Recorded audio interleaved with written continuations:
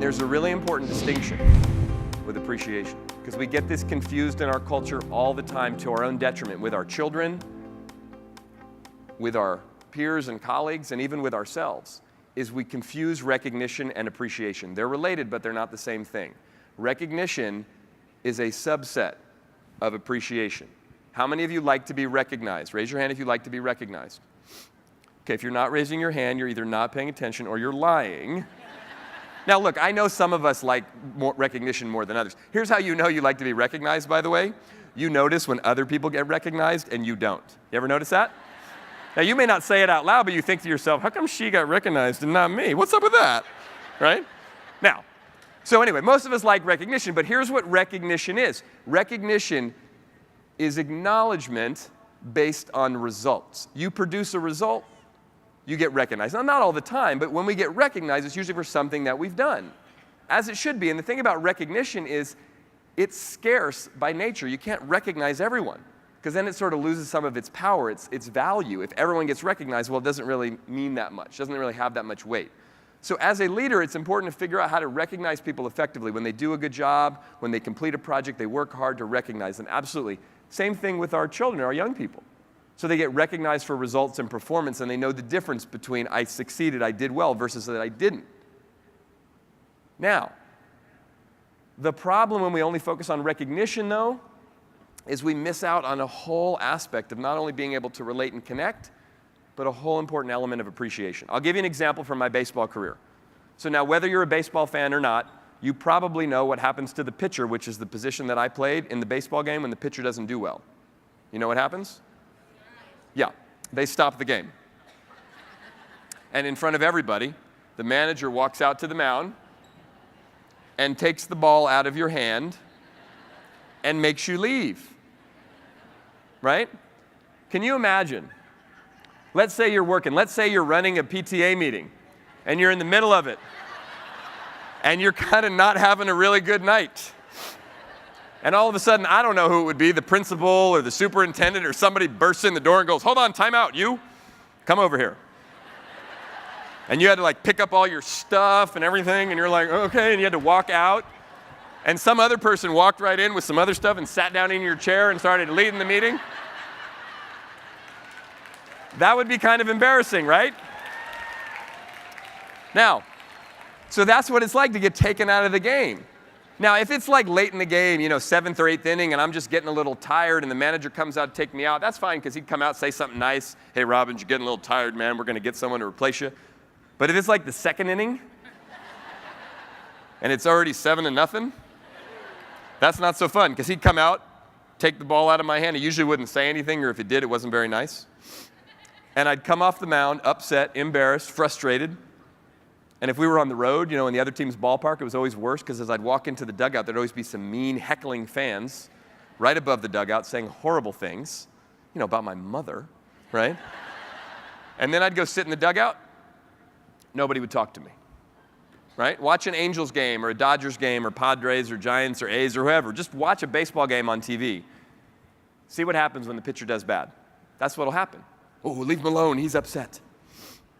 But you know what I could have used in those days when I was sitting on the bench after just giving up 7 runs in the 2nd inning?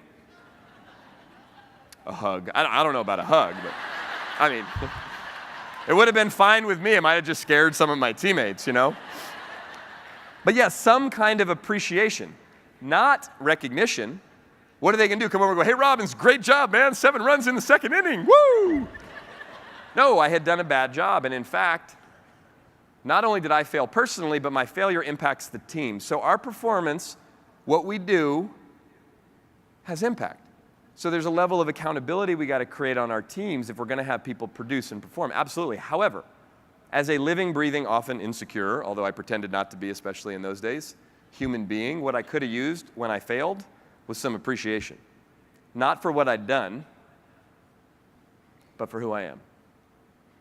And that's a place where I think we really get off track with this. It's not simply just thanking people for a good job.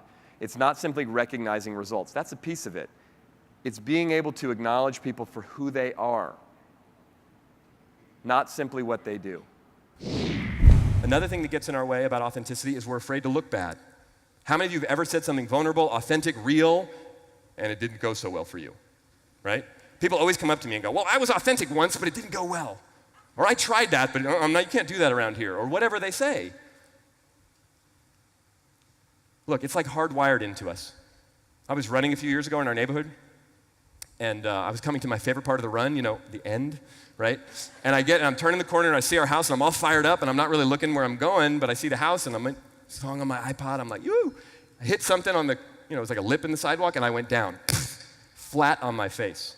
iPod fell out of my hand, hat came off, I'm laying on the pavement, shocked, hadn't fallen down that hard in years.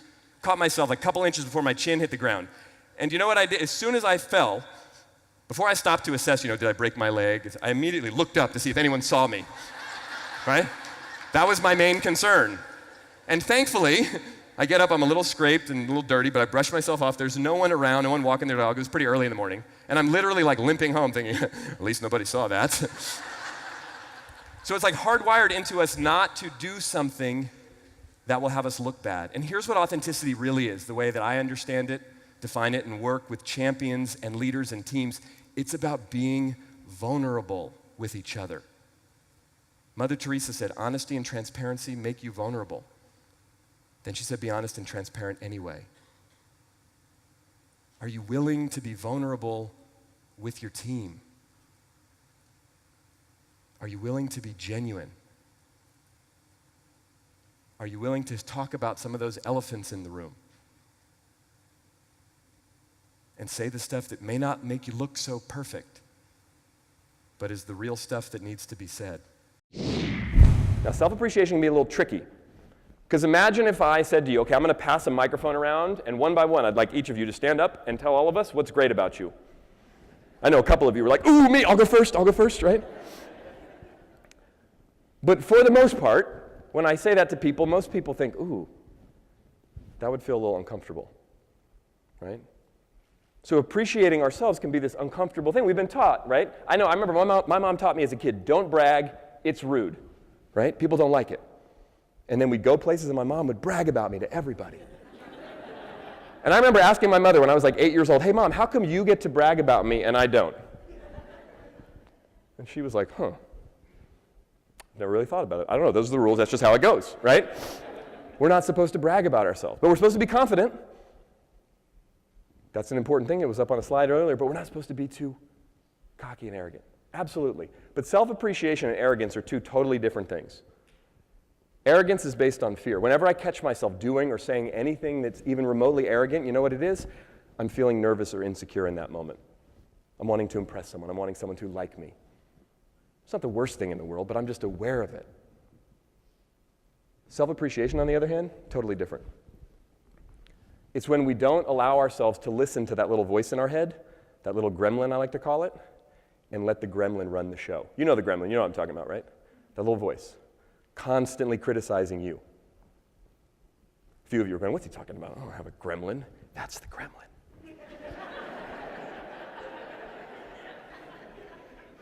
Right? And the gremlin, so self-appreciation sometimes looks like going for it, seizing an opportunity, saying yes, even if you're scared, even if you're not sure.